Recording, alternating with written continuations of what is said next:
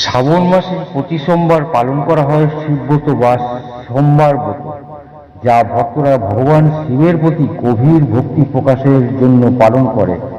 এই ব্রতে উপবাস, শিবলিঙ্গে জল ও বিল্বপত্র অর্পণ এবং ওম নমঃ শিবায় জপ করা হয়। শিবব্রতের মূল উদ্দেশ্য হল আত্মশুদ্ধি, মনোবাঞ্ছা পূরণ ও সংসার জীবনে শান্তি ও সমৃদ্ধি লাভ।